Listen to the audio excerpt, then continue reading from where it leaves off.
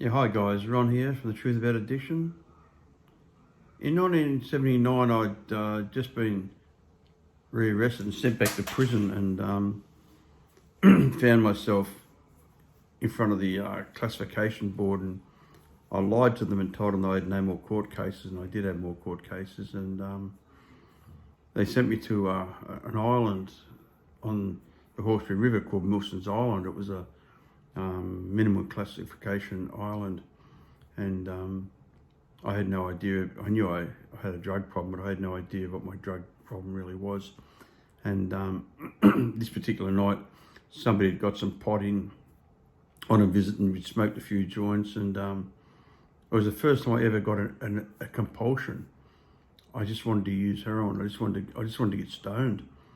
So I went around, on the island, you weren't locked up at night. The prison officer locked himself in a little cottage, and the prisoners walked around the island all night. And so anyway, my brain told me that I could swim, which was a 7-mile swim, to up the Hawkesbury River to the Brooklyn Bridge, get out of the bridge, hitchhike into King's Cross, score some heroin, get back, swim back to the island. I was super fit. And get back in time and before the 6 o'clock head check or 7 o'clock muster. And but I wasn't that bright. I'd forgotten about the current. So it was at 10:30 at night. I'd tied a bag of clothes inside of a plastic bag and tied it around my waist with some white ox I used to smoke those days, and I offed down the river. And it was quite a crazy story when you think about it. I left there about 10 o'clock. And I never reached Brooklyn Bridge till 6 a.m. So it was nearly 8 hours, 7 or 8 hours I was in the water. The tide was coming in, it was going against me, and it was hell to try to swim. So, ended by getting to the bridge, got out of the bridge, got up to the Pacific Highway, hitchhiked into Hornsby, got on a train, went straight to King's Cross, knocked on a drug dealer's place that I knew, and I had no time for him. And long story short, I ripped him off, took his drugs off him, and well, I knew that I wasn't going to get back to head count because it was already, 8 or 9 o'clock in the morning, I guess, by the time I'd got there. So I went on the run, and it was horrific. I'd started using a drug called Ritalin. I'd broken into a chemist a couple of nights after the escape, and the same chemist had got me locked up for forging and uttering prescriptions, and my revenge was I'd go and break into their chemist and I'd steal their safe, and I did break into the chemist and I did steal their drugs, and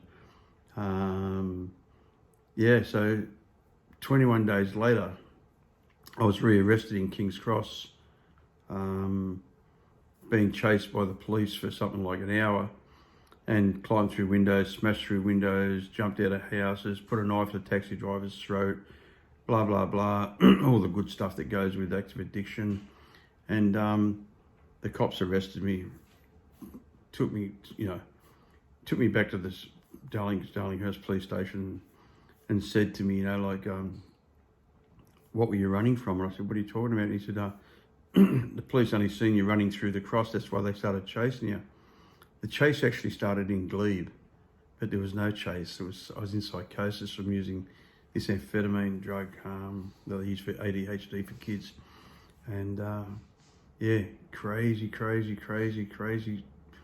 brain of mine told me that I was being chased and I wasn't being chased. And so that 21 days cost me an extra year in prison.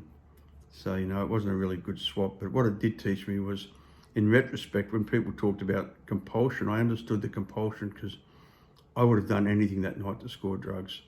Once the obsession and compulsion kicked in, there was no way I wasn't going to go and get on. As I said, I swam, 6 or 8 hours in the water. I hitchhiked, I ran, I jogged, I went to any lengths to get stoned, and it was horrific. But just for the day, I don't have to do that. Just for the day, I don't have to live by my crazy brain. I don't have to listen to what my brain tells me. And that's been the greatest revelation for me in recovery, is that my brain is not in control of me anymore. I'm now in control of my brain.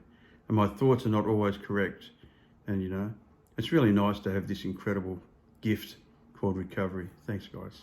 Enjoy.